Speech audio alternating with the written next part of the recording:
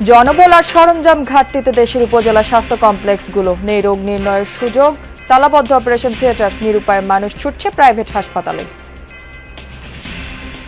ওখানে জিনিসপাতি নষ্ট এর জন্য ওখানে করতে চায় না ওরা। কালকে এত পরিমাণে পেটে ব্যথা হচ্ছে, ওনার ডাকতে গেছে, ওনার কোনো গ্রিয়াজ নেই, কতক্ষণ পরে যে আসে। বর্তমান যে স্ট্রাকচারগুলো আছে সেটা যদি ফুল ফ্লেজেড, সেটা যদি 100% আমরা ফাংশনিং করতে পারি, আমি মনে করি যে 80% মানুষকে আর মানে সেকেন্ডারি লেভেলে যেতে হবে না। র্যাবের বদলে নতুন বাহিনী গঠনের উদ্যোগ, আইনের খসড়া প্রকাশ করল স্বরাষ্ট্র মন্ত্রণালয়। মাদক কারবারিদের তালিকা করছে সরকার, জানালেন মন্ত্রী।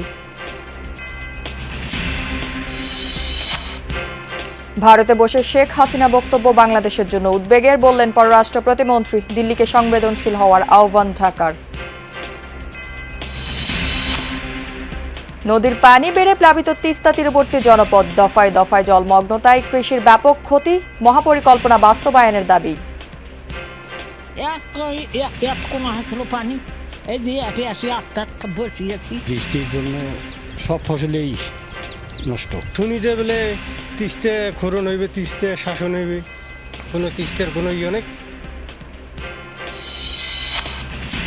খানাখন্দে বেহাল কুমিল্লা সিলেট মহাসড়ক, সংস্কারে ধীরগতি, ভোগান্তি বাড়িয়েছে কয়েক গুণ, কাজের মান নিয়ে স্থানীয়দের অসন্তোষ। প্রত্যেকদিন দুর্ঘটনা হইতে আছে আর প্রত্যেকদিন একটা দুইটা করে গাড়ি ডাবদা আছে। 1 কিলোমিটার রাস্তা করতে আজকে 2 মাস এখনো কমপ্লিট হয় না। অনেকক্ষণ জাম লাগে থাকে, 1 ঘন্টা 2 ঘন্টা মানুষ অনেক অতিষ্ঠ এই রাস্তা নিয়ে। অনুমোদন ছাড়াই কক্সবাজার সৈকতে চলছিল ঝুঁকিপূর্ণ প্যারাসেইলিং, অদক্ষ অপারেটর আর সুরক্ষা সরঞ্জামের অভাবে প্রাণ যায় পর্যটকের, সব জেনেও চুপ ছিল প্রশাসন। জন্মসূত্রে নাগরিকত্বের সুযোগ সীমিত করতে চায় মার্কিন সরকার, নতুন দুটি নির্বাহী আদেশে প্রেসিডেন্ট ডোনাল্ড ট্রাম্পের সই।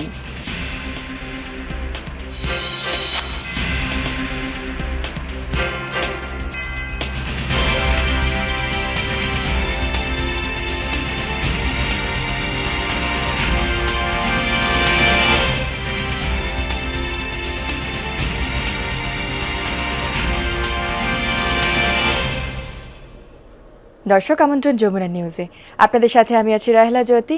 এতক্ষণ শিরোনাম দেখছিলেন, এবার থাকছে পুরো খবর। সারা দেশে উপজেলা স্বাস্থ্য কমপ্লেক্সগুলোতে বিভিন্ন পদে জনবল ঘাটতি 25,000, হাতে গোনা কয়েকটি ল্যাব টেস্ট হয়, এক্সরে হয় না 101টি হাসপাতালে, আলট্রাসোনোগ্রাফি বন্ধ 200 উপজেলায়, তালাবদ্ধ বেশিরভাগ অপারেশন থিয়েটারই। এই হলো সারা দেশে উপজেলা স্বাস্থ্য কমপ্লেক্স স্বাস্থ্যসেবার চিত্র। ফলাফল, রোগীরা ছুটছেন প্রাইভেট হাসপাতালে। উপজেলা স্বাস্থ্য কমপ্লেক্সগুলোর কেন এই বেহাল দশা, সেই প্রশ্নের উত্তর খুঁজাচ্ছেন সহকর্মী হাসান মিসবা। ছবি তুলেছেন জিহাদ ইসলাম। যশোরের অভয়নগর স্বাস্থ্য কমপ্লেক্স, 50 শয্যার হাসপাতালে রোগী ভর্তি 70 জন, তাই অনেককে চিকিৎসা নিতে হচ্ছে মেঝেতে শুয়ে।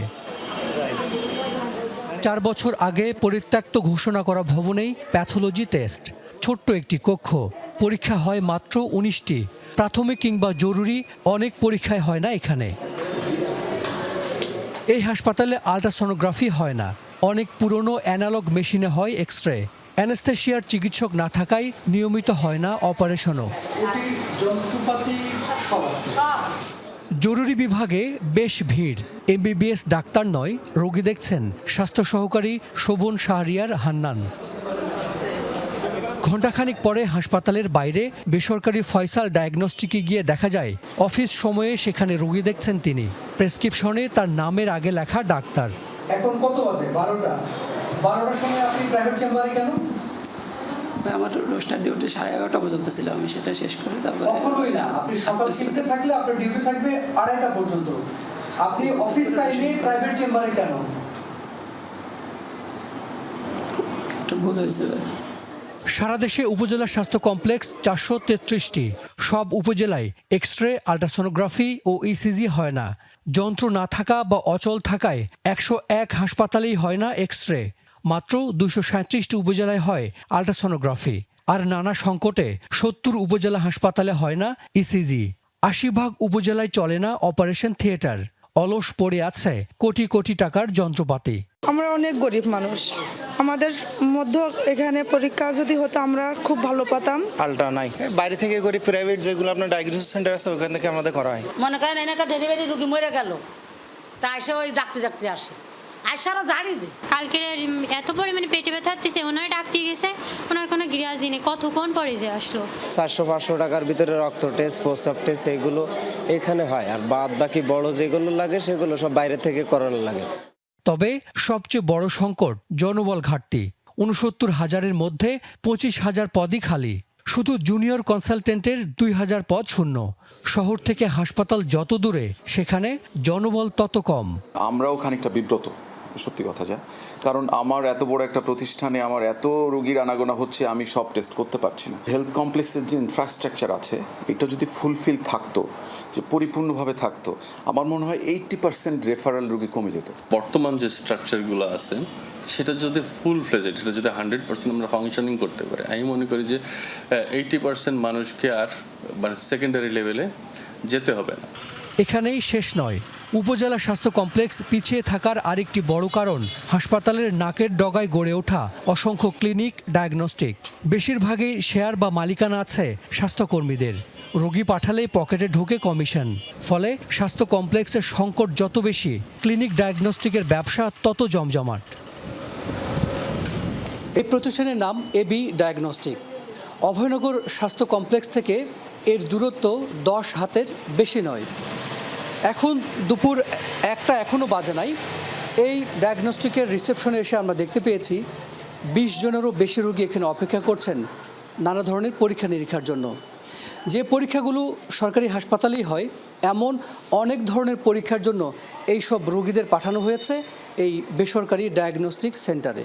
এখানে চেক ভালো হবে এর জন্যতেই আইসি, ওখানে জিনিসপাতি নষ্ট এর জন্য ওখানে করতে চায় না ওরা। এখানে ওই ডায়াবেটিস পরীক্ষা করতে এসে পরীক্ষা সরকারিতে হয় না, ওখানে দেয় নাই তো, কোথায় দিছে?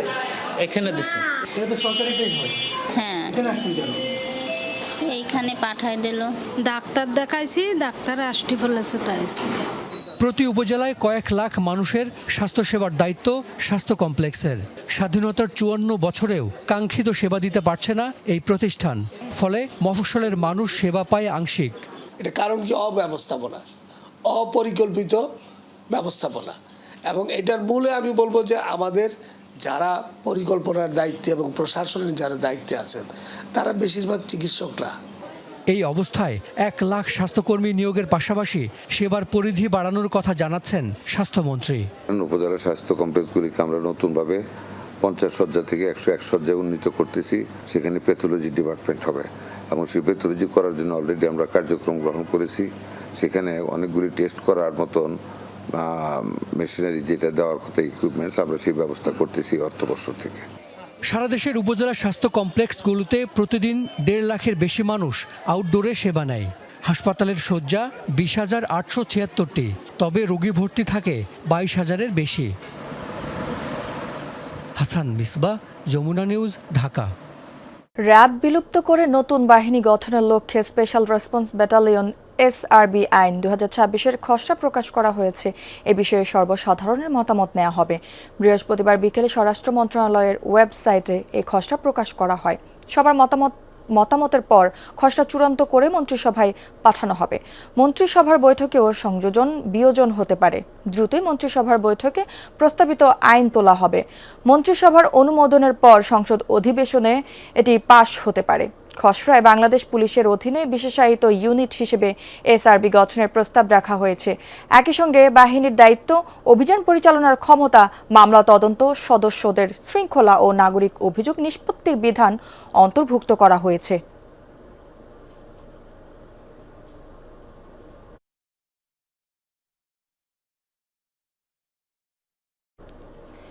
মাদক কারবারিদের নির্মূলে তালিকা করতে কমিটি গঠন করেছে সরকার, জানিয়েছেন স্বরাষ্ট্রমন্ত্রী সালাউদ্দিন আহমদ। বলেন, টেকনাফে অপহরণ বন্ধে 2টি সেনা ক্যাম্প স্থাপনের পরিকল্পনা আছে।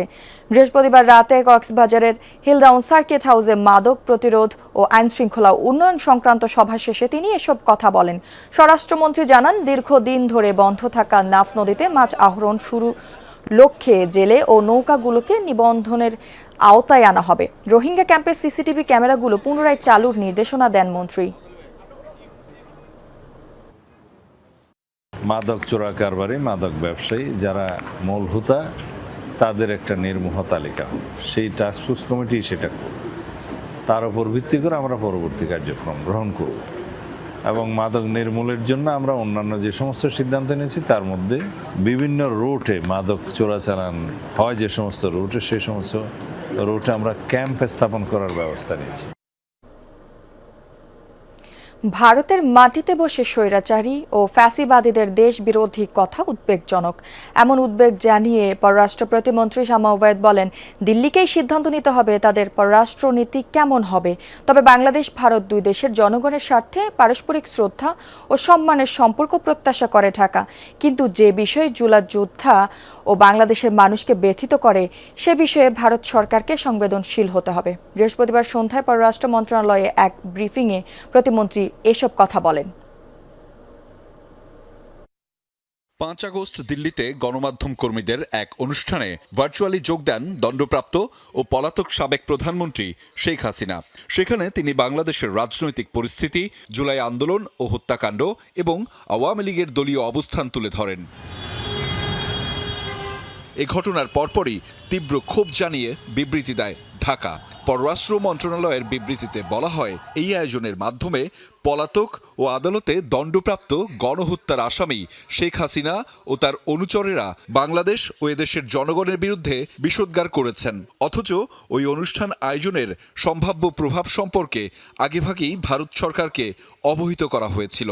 জঙ্গিবাদের তত্ত্বটা আওয়ামী লীগের পুরনো নোংরা পলিটিক্স, এটাই তারা এখন বিদেশে মাটিতে বসে আবার নতুন করে করার চেষ্টা করছে। সেটা এখন ভারত অ্যালাউ করবে কি করবে না, আবারও আমি বলতে চাই, আই রিপিট, সেটা ভারত সরকারকে সিদ্ধান্ত নিতে হবে। বিষয়টি নিয়ে বৃহস্পতিবার সন্ধ্যায় পররাষ্ট্র প্রতিমন্ত্রী জানান, ভারতের মাটিতে বসে স্বৈরাচারী ও ফ্যাসিবাদীরা দেশের বিরুদ্ধে কথা বললে তা উদ্বেগের। একজন সাজাপ্রাপ্ত আসামি ভারতের মাটিতে বসে এই ধরনের কথা বলে এবং ভারত সরকার সেটা অ্যালাউ করে, তখন অবশ্যই বাংলাদেশি এবং বাংলাদেশের মানুষের জন্য একটা উদ্বেগের জায়গা তৈরি হয়, যেটা বাংলাদেশের 17 কোটি গণতন্ত্রকামী মানুষ যারা যুদ্ধ করেছে, প্রাণ দিয়েছে, রক্ত দিয়েছে, তাদেরকে আহত করে। সেই জায়গাটায় ভারতকে আরও বেশি সংবেদনশীল হতে হবে এবং they have to make a very intelligent decision what they want to do in the future. পররাষ্ট্র প্রতিমন্ত্রী বলেন, ভারত গণতান্ত্রিক দেশ, তাদের পররাষ্ট্রনীতি বাংলাদেশের সাথে কেমন হবে সে সিদ্ধান্ত তাদেরই নিতে হবে। India is a democratic country. India has to decide what their foreign policy will be regarding Bangladesh. So আমরা চাই ভালো সম্পর্ক থাকুক দুই দেশের জনগণের স্বার্থে, কিন্তু সম্পর্কটা তো হবে সমতার ভিত্তিতে, পারস্পরিক শ্রদ্ধা সম্মানের জায়গা রেখে এবং নিজেদের স্বার্থটাকে বজায় রেখে। তো সেটা ভারত বুঝতে পারলে সবার জন্য মঙ্গল। সাংবাদিকদের প্রশ্নের জবাবে শামা ওবায়েদ বলেন, ব্রিক্সে বাংলাদেশ জয়েন করবে কিনা তার সরকারের সময় ও সিদ্ধান্তের উপর নির্ভর করছে। ওনার শিডিউলের উপর ডিপেন্ড করবে উনি যেতে পারবেন কি পারবেন না। আহমেদ রেজা, যমুনা নিউজ, ঢাকা।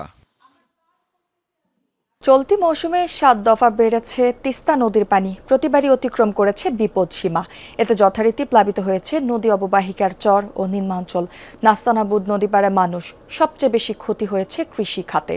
দ্রুত স্থায়ী সমাধানে তিস্তা মহাপরিকল্পনার বাস্তবায়ন চান স্থানীয়রা। রংপুর গঙ্গাচড়ার পশ্চিম ইসলি গ্রামের গৃহবধূ মহসিনা বেগম, পানিতে ডুবে আছে তার ঘর, চলাফেরা দায়, শুকনো মাটি নেই চারপাশে, সন্তানদের মুখে খাবার দিতে রান্না করতে বিশেষ কায়দা।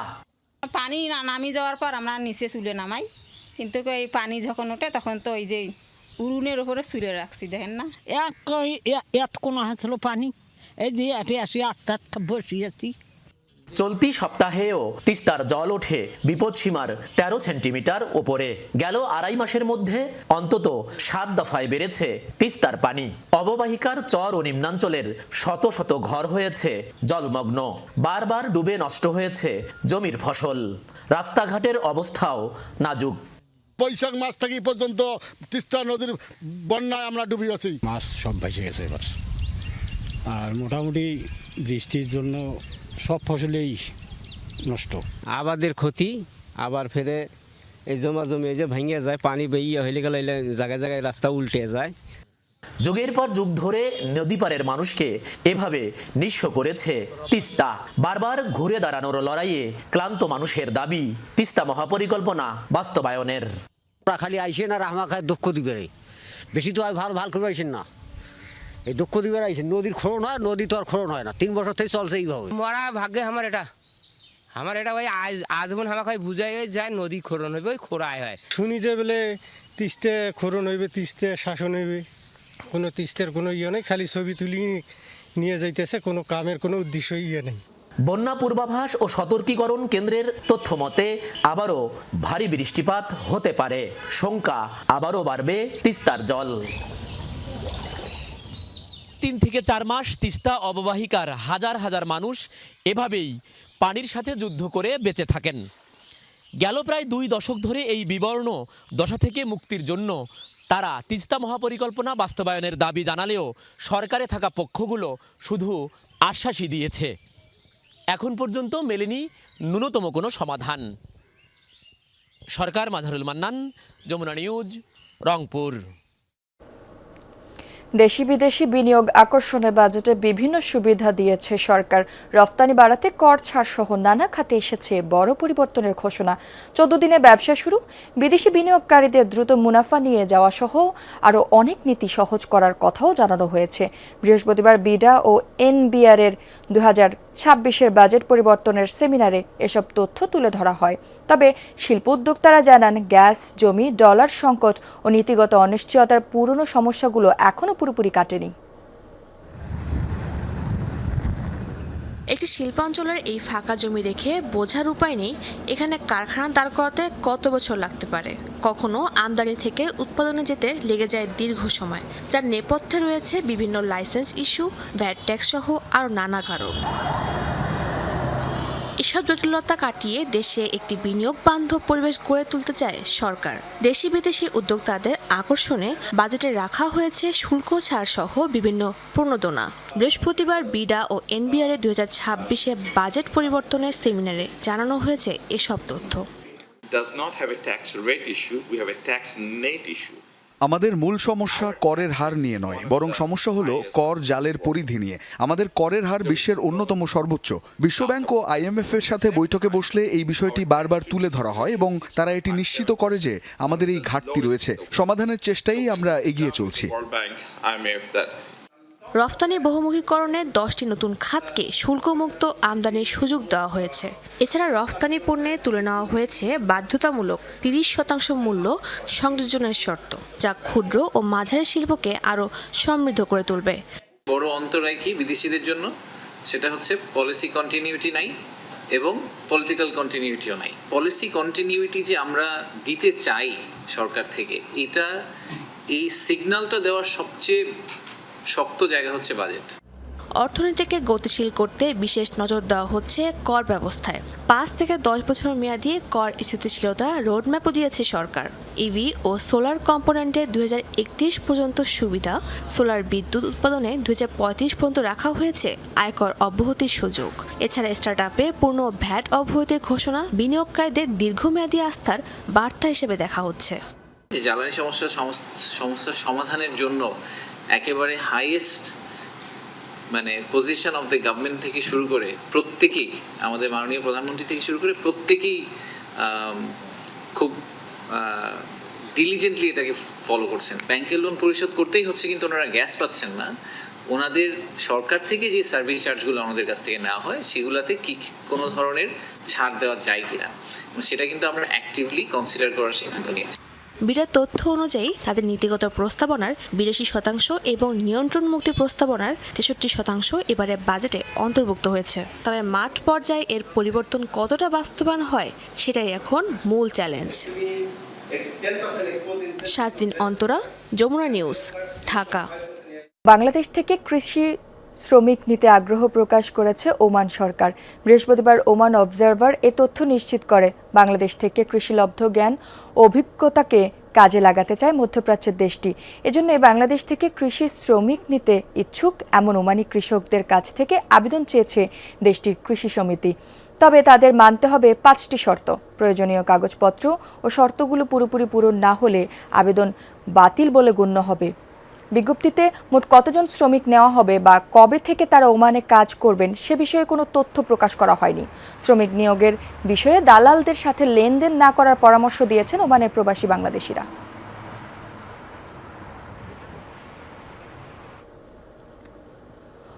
অত্যন্ত গুরুত্বপূর্ণ কুমিল্লা সিলেট আঞ্চলিক মহাসড়ক। এই পথ দিয়েই প্রতিদিন হাজার হাজার যাত্রী ও যানবাহন চলাচল করে, অথচ বছরের পর বছর খানাখন্দে ভর্তি সড়কের বিভিন্ন অংশ। কিছু স্থানে সংস্কার শুরু হলেও কাজ খুবই ধীরগতির।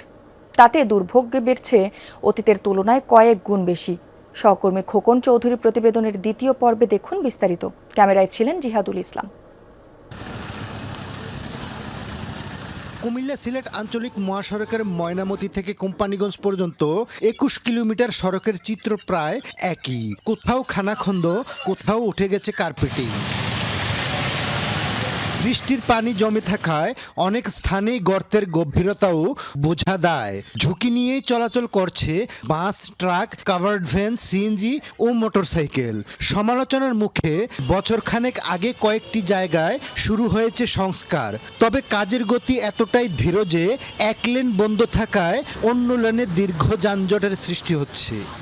সিলেট চট্টগ্রাম মহাসড়কে প্রত্যেক দিন দুর্ঘটনা হইতে আছে, আর প্রত্যেকদিন একটা দুইটা করে গাড়ি ডাব যাচ্ছে। এই প্রাইভেটটা নিয়ে এত কষ্টে এই জায়গাটা অতিক্রম করতে ঘন্টার পর ঘন্টা বসে থাকতো আর ভাঙ্গা। ওরা কাজ ধরছে ঈদের প্রায় 15 দিন কিংবা 20 দিন, 1 মাস আগে। টোটাল 1 কিলোমিটার রাস্তা করতে আজকে 2 মাস, এখনো কমপ্লিট হয় নাই। মাঝখানে আরও 1 কিলোমিটার রাস্তা রাইগা দিছে। স্থানীয়দের অভিযোগ, কোথাও কোথাও ক্ষতিগ্রস্ত অংশ পুরোপুরি অপসারণ না করেই নতুনভাবে কার্পেটিং করা হচ্ছে। সড়ক ও জনপথ বিভাগের নজরদারি না থাকায় কাজের মান নিয়েও উঠেছে প্রশ্ন। অনেকক্ষণ জাম লাগে থেকে 1 ঘন্টা 2 ঘন্টা মানুষ অনেক অতিষ্ঠ এই রাস্তা নিয়ে। সামনে দিয়ে কুদরা করছে, পিছি দিয়ে কুদরা করছে, মাঝখান দিয়ে দৈনিক 2-3টা গাড়ি ডাইবা যায় গিয়া।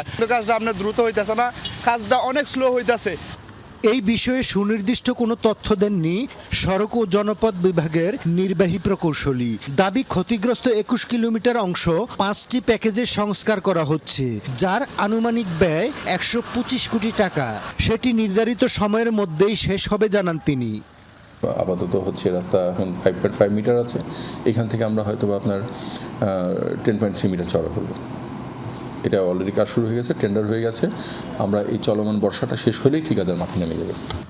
রাষ্ট্রের যে কোনো উন্নয়ন ব্যয় কোন খাতে খরচ হচ্ছে সেই ব্যাপারে সংশ্লিষ্ট দপ্তরগুলোকে জবাবদিহি করতে হবে, এমন দাবি সচেতন মহলের। প্রকল্পের যেই ব্যয়, সেই ব্যয়টুকু কী কারণে এটা হচ্ছে না, কেনই বা করছেন না, এটা রোডস অ্যান্ড হাইওয়ের প্রকল্পের সাথে যারা সম্পৃক্ত, যারা এই কাজের দায়িত্ব নিয়েছেন, তারা এটা সঠিক জবাব দেওয়া উচিত। গুরুত্বপূর্ণ এই মহাসড়ক শুধু কুমিল্লা থেকে সিলেট নয়, পূর্বাঞ্চলের কয়েকটি জেলার যোগাযোগ ও পণ্য পরিবহনের অন্যতম রুট। তাই দায়সারা নয়, টেকসই ও মানসম্মত সংস্কারের পাশাপাশি দ্রুত কাজ শেষ করার দাবি জানিয়েছেন ভুক্তভোগীরা। খোকন চৌধুরী, যমুনা নিউজ, কুমিল্লা। ভারত যদি বন্ধু হও, হাসিনাকে ফেরত দাও, এই স্লোগানে বিক্ষোভ করেছে রংপুরের বেগম রোকেয়া বিশ্ববিদ্যালয়ের ছাত্রদল। রাতে ক্যাম্পাসে শাখা ছাত্রদল সভাপতি রাফায়েল ইমতিয়াজ ইয়ামিন এবং সাধারণ সম্পাদক জয়ীর রায়হানের নেতৃত্বে এ বিক্ষোভ অনুষ্ঠিত হয়। প্রশাসন ভবনের সামনে থেকে মিছিলটি শুরু হয়ে সড়ক প্রদক্ষিণ শেষে প্রধান ফটকের সামনে তা শেষ হয়। বক্তারা বলেন, হাসিনাকে ফেরত দেওয়ার মাধ্যমে ভারতকে প্রমাণ করতে হবে তারা বাংলাদেশের বন্ধু, আর তা না হলে জনগণ ভারতকে বন্ধু ভাবতে পারবে না। এ সময় মিছিলে আওয়ামী লীগের বিরুদ্ধে বিভিন্ন স্লোগান দেন নেতাকর্মীরা।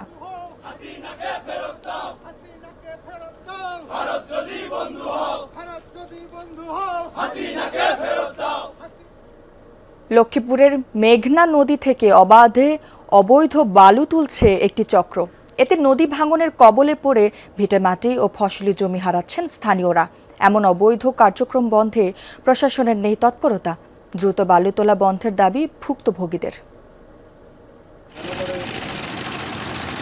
বালুমহল নয়, নেই প্রশাসনের কোনো অনুমতি, তারপরও নদী থেকে নির্বিচারে তোলা হচ্ছে বালু। লক্ষ্মীপুর সদর উপজেলার চর রমণীমোহন এবং রায়পুরের চরকাছিয়া ইউনিয়নটি পাশাপাশি।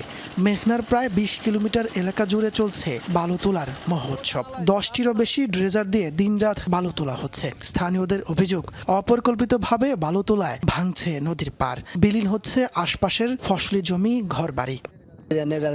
বালু উঠেছে, উঠানোর কারণে এগুলা ভাঙতে আছে। রাইতে যদি নদী ভাঙে যদি গড় যদি নদীতে ফালাই দেয় তত আমগো থাকার কোনো আশ্রয় নেই। রাজনৈতিক প্রভাব খাটিয়ে একটি চক্র বালু উত্তোলন করছে বলে অভিযোগ গ্রামবাসীর।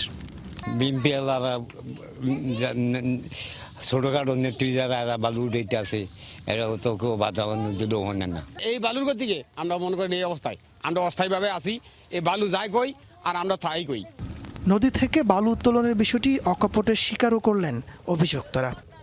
বাসার নাম্বার একজন, আলামিন একজন, হাকিমের একজন, আমি একজন, তারা চারজনে ফাট ফাটে উঠে যায়।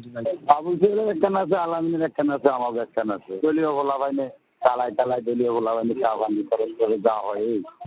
বালু উত্তোলন বন্ধে জনপ্রতিনিধি ও পানি উন্নয়ন বোর্ডের কর্মকর্তারা কঠোর আইনি ব্যবস্থা নেওয়ার কথা বলছেন। এলাকাটা হলো দুর্গম এলাকা, এখন আর বৃষ্টিপাত হলে দিন পথে যাইতেও পারে না। ওরা তো খবর টবর রাখে, লোকাল লোকজন ইনফরমেশন দিলে প্রশাসন সেখানে হামলা করে। এখন আবার শুরু করছে তো গ্রেফতার করে জেলে পাঠায়। উপজেলা প্রশাসনের সাথে আমরা যোগাযোগ করে যারাই অবৈধ বালু উত্তোলন করছে এদের বিরুদ্ধে আইনানুগ ব্যবস্থা গ্রহণ করা হবে এবং ভবিষ্যতে যাতে এই ধরনের কাজ আর না হয়, অবৈধভাবে বালু যাতে তারা মেঘনা নদী থেকে না তোলে, সেই ব্যাপারে আমরা যে পদক্ষেপ নেওয়া দরকার সেই পদক্ষেপগুলো নিব। অভিযোগ রয়েছে স্থানীয় প্রশাসনকে ম্যানেজ করে চলছে এই অপকর্ম। তবে এই বিষয়ে ক্যামেরায় কথা বলতে রাজি না জেলা প্রশাসক SM মেহেদি হাসান। অবৈধ নদী বালু উত্তোলন বন্ধে প্রশাসনকে দ্রুত ব্যবস্থা নেওয়ার দাবি ভুক্তভোগীদের। তারপর সরকার, যমুনা নিউজ। কক্সবাজার সমুদ্র সৈকতে পর্যটকদের পছন্দের ইভেন্ট প্যারাসেইলিং, কিন্তু রোমাঞ্চকর অভিজ্ঞতা নিতে গিয়ে জীবন ঝুঁকির মুখে পড়েন অনেকে। অদক্ষ অপারেটর দিয়ে চলে অনুমোদিত প্যারাসেইলিং, নেই সুরক্ষা সরঞ্জাম বা উদ্ধারকারী বোট, প্রায়ই ঘটে দুর্ঘটনা। 1 বছর অবাধে চললেও সম্প্রতি এক পর্যটকের মৃত্যুর পর থেকে বন্ধ প্যারাসেইলিং। প্যারাসেইলিং করতে গিয়ে রশি ছিঁড়ে গাছের উপর ছিটকে সাগরে পড়ে আহত হওয়ার ঘটনা নতুন নয়, কিন্তু গত শনিবার প্যারাশুট সহ সাগরে পড়ে গিয়ে পর্যটকের মৃত্যুর ঘটনা এই প্রথম। কক্সবাজার সমুদ্র সৈকতে বেড়াতে আসা পর্যটকরা বলছেন, প্যারাসেইলিং করার আগে হার্টবিট ও প্রেসার চেক করা, দুর্ঘটনা ঘটলে উদ্ধারে রেস্কিউ বোট সহ কোনো কিছুই নেই। অদক্ষ অপারেটরের কারণে প্রায় ঘটে দুর্ঘটনা। তাই এড়াতে পারবে না, কারণ এই যে প্যারাসাইক্লিংটা হচ্ছে বেশ কয়েক বছর, প্রায় আমার মনে হয় প্রায় 10 বছর ধরে আমি দেখতেছি। এক্সপার্ট লোক দৌড় দিয়ে যাবে, টান দিয়ে নিয়ে চলে আসবে, স্বাভাবিক ব্যাপার, অথবা অন্য যে কোনো ব্যবস্থাপনা, কোনো কিছু নাই। তাকে বলতে হবে যে আপনি যদি কখনো উপরে উঠে ভয়ও পান, সেটা কিভাবে রেস্কিউ করে চলে আসতে হবে সেটাও দাঁড়াইতে হবে। ফার্স্ট এইড মেডিকেল চিকিৎসা দেওয়া হয়, তারপরে যদি এনশিওর করা হয় এই ব্যক্তি পারফেক্ট, সে এখন এটা জন্য প্রস্তুত। ট্রেনিং থাকবে, আফটার অ্যাক্সিডেন্টের রেস্কিউ সিস্টেম তো ডেভেলপ করতে হবে। কক্সবাজার সৈকতে বিশেষ করে ইনানি দরিয়ানগরে সরকারের নির্দেশনা অনুমোদন কিছুর তোয়াক্কা না করেই বছরের পর বছর চলছিল প্যারাসেইলিং। নতুন কিছু ব্যবসায়ী আসছে যারা প্যারাসেলিংয়ের রুল সম্বন্ধে হয়তো জানলেও তারা সেটা সঠিকভাবে ফলো করে না, যার জন্য তারা একাধিকবার দুর্ঘটনার সম্মুখীন হচ্ছে। স্থানীয়দের দাবি, গত 2 বছরে প্যারাসেইলিংয়ে দুর্ঘটনায় অন্তত 10 জন পর্যটক আহত হয়েছে।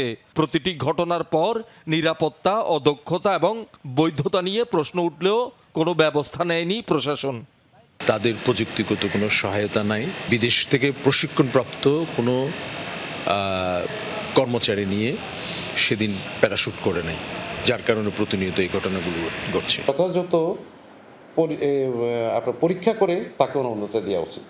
সিভিল এভিয়েশনের আওতাধীন ওই জায়গায় পড়ে কিনা সেটা সিভিল এভিয়েশন দেখা উচিত। গত শনিবার সৌভিক রায় অক্ষর নামে খুলনা থেকে আসা এক পর্যটকের মৃত্যুর পর সমালোচনার মুখে মোহাম্মদ ফরিদের মালিকানাধীন ফ্লাইয়ার সি স্পোর্টসের প্যারাসেলিং বন্ধ করে দেয় জেলা প্রশাসন। কক্সবাজার সমুদ্র সৈকতে পর্যটকরা আসছে আনন্দ করার জন্য, এখানে কোনো জন্য দুঃখজনক অনাকাঙ্ক্ষিত কোনো ঘটনা যেন না ঘটে, কোনো পর্যটকের জন্য জীবনহানি না ঘটে, আমরা এটাই চাই। এই জন্য অবশ্যই আমরা শক্ত পদক্ষেপ গ্রহণ করব। শহীদুল সুমন, যমুনা নিউজ। জন্মসূত্রে নাগরিকত্বের সুযোগ সীমিত করতে আবারও দুটি নির্বাহী আদেশে সই করেছেন মার্কিন প্রেসিডেন্ট ডোনাল্ড ট্রাম্প। কয়েক সপ্তাহ আগে যুক্তরাষ্ট্রের সুপ্রিম কোর্ট এই অধিকার বহাল রেখে রায় দেওয়ার পর বৃহস্পতিবার নতুন নির্বাহী আদেশগুলো জারি করলেন ডোনাল্ড ট্রাম্প। এতে দেশটিতে কর্মরত বিদেশি কূটনীতিক ও যুক্তরাষ্ট্রে আক্রমণকারী বিদেশি বাহিনীর সদস্যদের সন্তানরা যুক্তরাষ্ট্রে জন্মালেও স্বয়ংক্রিয়ভাবে নাগরিকত্ব না দেওয়ার বিধান রাখা হয়েছে। বিভিন্ন সন্ত্রাসী সংগঠনের জন্য কার্যকর হবে এটি। এছাড়া ব্যর্থ ট্যুরিজম বন্ধে ব্যবস্থা নেওয়ার নির্দেশ দেওয়া হয়, যার অর্থ শুধু নাগরিকত্ব পাইয়ে দিতে যে সকল গর্ভবতী নারীরা যুক্তরাষ্ট্রে গিয়ে বাচ্চা জন্ম দেন তাদের সন্তানদের সিটিজেনশিপ দেওয়া হবে না। যুবরাজ মোহাম্মদ বিন সালমানের আমন্ত্রণে 3 দিনের সরকারি সফরে সৌদি আরবে পৌঁছেছেন পাকিস্তানের প্রধানমন্ত্রী শেহবাজ শরীফ। বৃহস্পতিবার জেদ্দা বিমানবন্দরে অবতরণ করে তাকে বহনকারী ফ্লাইট। এ সময় প্রধানমন্ত্রী শেহবাজ শরীফ ও তার প্রতিনিধি দলকে স্বাগত জানান সৌদি প্রশাসনের উচ্চ পর্যায়ের কর্মকর্তারা। পাক প্রধানমন্ত্রী এই সফরে সঙ্গ দিচ্ছেন দেশটির পররাষ্ট্রমন্ত্রী, প্রতিরক্ষা প্রধান সহ সরকারের কয়েকজন মন্ত্রী। সফরে সৌদি যুবরাজ মোহাম্মদ বিন সালমানের সঙ্গে বৈঠক করবেন শেহবাজ শরীফ। এতে পাকিস্তান সৌদি আরবের দ্বিপাক্ষিক সম্পর্ক আরও জোরদারের পাশাপাশি আঞ্চলিক ও আন্তর্জাতিক বিভিন্ন গুরুত্বপূর্ণ ইস্যু নিয়ে মতবিনিময় হবে।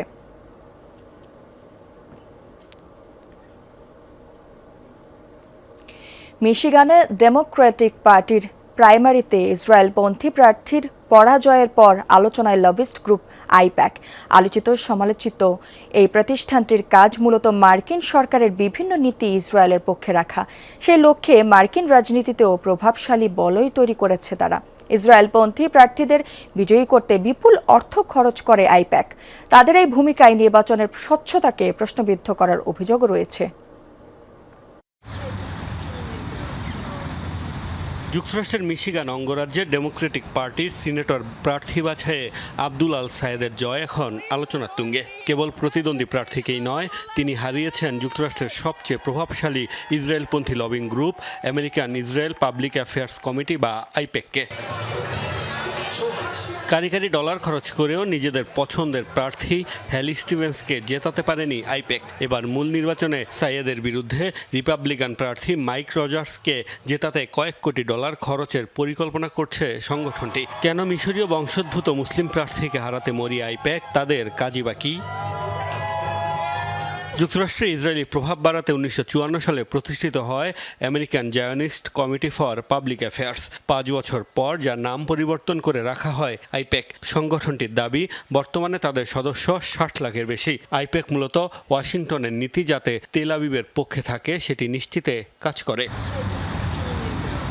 ডেমোক্রেটিক পার্টি ও রিপাবলিকান পার্টি যুক্তরাষ্ট্রের প্রধান দুই রাজনৈতিক দলের সাথেই ঘনিষ্ঠ সম্পর্ক বজায় রাখে এই লবিং ফার্ম। দুদলেরই কট্টর ইসরায়েলপন্থী প্রার্থীদের বিভিন্ন নির্বাচনে জেতাতে তৎপরতা চালায়।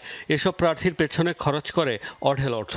অর্থাৎ যে সরকারি ক্ষমতায় থাক, মার্কিন কংগ্রেসের নিয়ন্ত্রণ ইসরায়েলপন্থীদের কাছে রাখাই তাদের উদ্দেশ্য।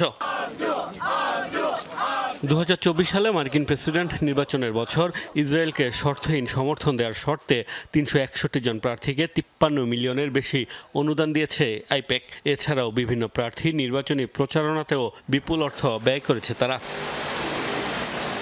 মার্কিন নির্বাচনে অর্থের বিনিময়ে প্রভাব বিস্তারের অভিযোগে বিভিন্ন সময় আলোচিত হয়েছে আইপ্যাক।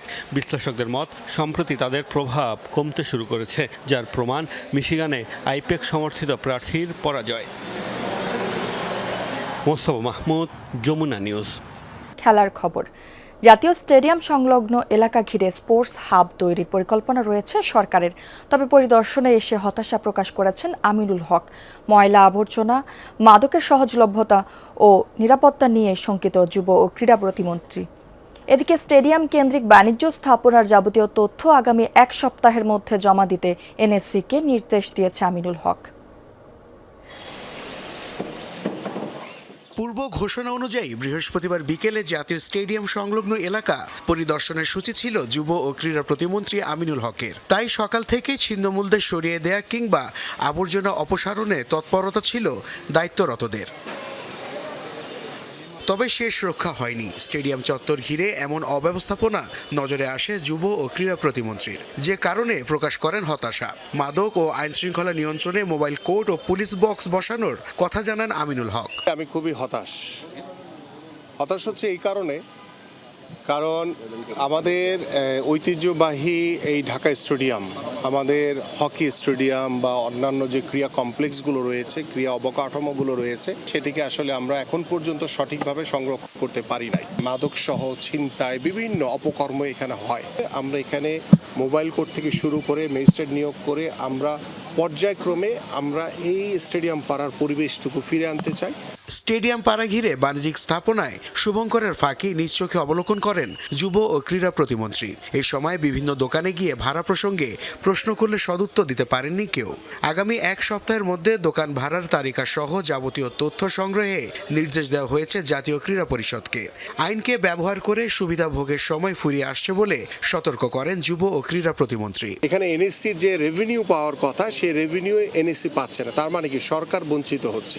আমার মনে হয় যে এগুলো যদি আমরা একটু সিরিয়াস হই, যদি আমরা অনেস্টলি কাজগুলো করি, তাহলে আমার মনে হয় যে এই সমস্যাগুলো যারা আইনের সহযোগিতা নিয়ে তারা বাধাগ্রস্ত করার চেষ্টা করছে, সেই বাধাগ্রস্তটা আর মনে হয় বেশি দিন থাকবে না। পল্টনের স্টেডিয়াম পাড়ায় ঘিরে স্পোর্টস হাব তৈরির পরিকল্পনা আছে সরকারের। বিষয়টিকে গুরুত্ব দিয়ে অচিরেই কার্যক্রম গ্রহণের কথা জানান আমিনুল হক।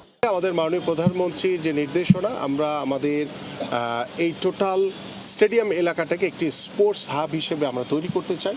তো সেটির জন্য ইতিমধ্যে নির্দেশনা দেওয়া হয়েছে। ইনশাল্লাহ আমরা কাজ শুরু করলে সেটি ইনশাল্লাহ পর্যায়ক্রমে খুব দ্রুত সময়ের ভিতরে সেগুলোকে আমরা সম্পন্ন করতে পারবো।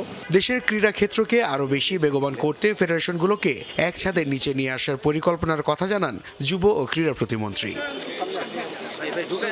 নাসিফ শুভ, যমুনা স্পোর্টস, ঢাকা। বগুড়া নওগাঁ মহাসড়কের এরুলিয়ার সিল্কিবান্ধা এলাকায় যাত্রীবাহী বাস নিয়ন্ত্রণ হারিয়ে একটি বাজারে ঢুকে পড়ে। এতে সেখানে অপেক্ষমান কমপক্ষে 3 দিন মজুর নিহত হয়েছেন। আহতদের হাসপাতালে নেওয়া হলে মারা যায় আরও 3 জন, জানিয়েছে হাসপাতাল কর্তৃপক্ষ। আরও খবর জানাতে বগুড়া থেকে যুক্ত হচ্ছেন আমাদের সহকর্মী মেহেরুল সুজন। সুজন, দুর্ঘটনার বিষয়ে আমাদেরকে একটু বিস্তারিত জানাবেন, আর যারা নিহত হয়েছেন তাদের পরিচয় কি শনাক্ত করা গেছে কিনা জানাবেন। যদি মর্মান্তিক এই সড়ক দুর্ঘটনাটি ঘটেছে আজকে সকালেই বগুড়া নওগাঁ যে আঞ্চলিক মহাসড়ক রয়েছে, আমি এখন সেই মহাসড়কে রয়েছি।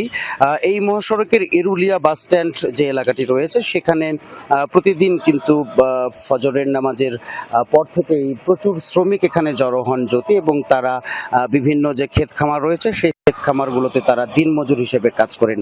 এই শ্রমিকদের হাট মূলত বলা রাস্তার পাশেই, বাজারের পাশেই তারা সেখানে জড়ো হতেন প্রতিদিনের মতো। আজকেও তারা জড়ো হয়েছিলেন। নওগাঁ থেকে শাহ ফতে আলী পরিবহনের একটি বাস, সেই বাসটি কিন্তু এই নওগাঁ থেকে বগুড়া আসার পথে এই এরুলিয়ার যে এলাকাটি, অর্থাৎ এই এরুলিয়ার যে এলাকাটি, অর্থাৎ এরুলিয়া বাস স্ট্যান্ড যে এলাকা, সেই এলাকায় কিন্তু পৌঁছার পরে এই বাসটি শ্রমিকরা যেখানে অপেক্ষমান ছিলেন তাদের উপরে কিন্তু আসলে চাপা দিয়ে দেয়, এবং স্থানীয়রা যেটা আমাদেরকে জানিয়েছেন যে ঘটনাস্থলেই কিন্তু 3 শ্রমিক মারা গেছেন, এবং আহত প্রায় 15-20 জনকে কিন্তু নিয়ে যাওয়া হয়েছিল শহীদ জিয়াউর রহমান মেডিকেল কলেজ হাসপাতালে, এবং সেখানে যাবার পরে কিন্তু যদি আরও 3 জন শ্রমিকের কিন্তু মৃত্যু ঘটেছে সেখানে, এবং এখন পর্যন্ত পুলিশ কিংবা। সুজন, আপনাকে ধন্যবাদ। আবারও খেলার খবর। নারী ক্রিকেট দলের কাছ থেকে সাফল্য পেতে সর্বোচ্চ সুযোগ সুবিধা নিশ্চিত করতে চান বিসিবির women's wing chairman Rafiqul Islam বাবু। নারী দলের জন্য সবার আগে দিতে চান বিদেশি কোচ। সেই সাথে 8 বিভাগে নারী কোচ, নারীদের স্কুল ক্রিকেট ট্যালেন্ট হান্টের মতো আয়োজন করতে যাচ্ছে বিসিবি। তবে প্রাধান্য পাবে শৃঙ্খলা, বলছেন রফিকুল ইসলাম। সালটা 2005।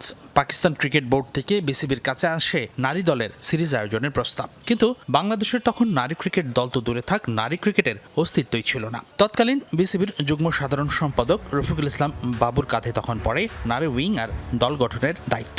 দ্রুততম সময়ে বাবুর হাত ধরে শুরু হয় বাংলাদেশ নারী ক্রিকেট দলের যাত্রা।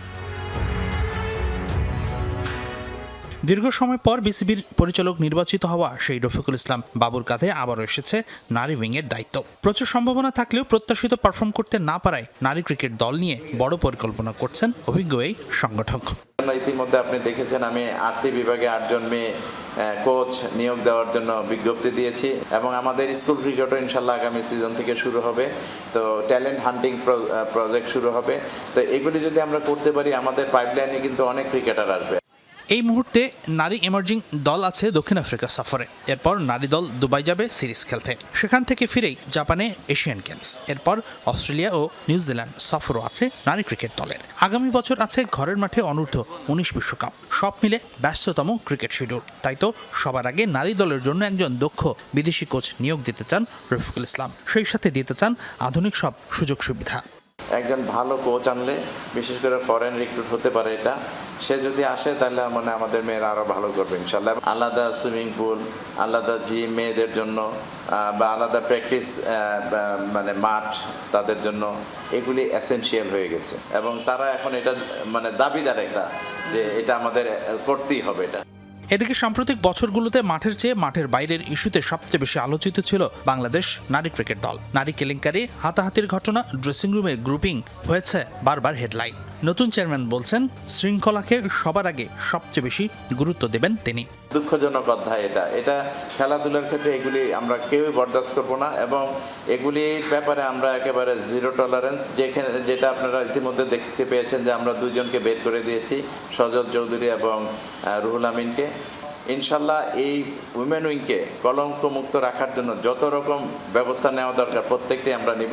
গত বোর্ডের আমলে ক্লাবের সাথে দ্বন্দ্বে মাঠে গড়ায়নি নারী দলের কোনো ঘরোয়া টুর্নামেন্ট, কিন্তু জানুয়ারিতে ডিপিএল, এরপর নিয়ম করে প্রথম বিভাগ, এনসিএল সহ সব আসর মাঠে গড়ানোর প্রতিশ্রুতি দিচ্ছেন রফিকুল ইসলাম। হাসিনুর রহমান, যমুনা স্পোর্টস, ঢাকা। এশিয়ান প্যারা গেমসকে সামনে রেখে প্রশিক্ষণ ক্যাম্প উদ্বোধন করেছেন যুব ও ক্রীড়া প্রতিমন্ত্রী আমিনুল হক। অক্টোবর অনুষ্ঠিতব্য এই আসরে 6টি ডিসিপ্লিনে অংশ নেবে বাংলাদেশ। জাতীয় স্টেডিয়ামে প্রায় 2.5 মাস চলবে প্রশিক্ষণ কার্যক্রম। টুর্নামেন্টে লাল সবুজের প্রতিনিধিরা ভালো করবে বলে আশা যুব ও ক্রীড়া প্রতিমন্ত্রীর।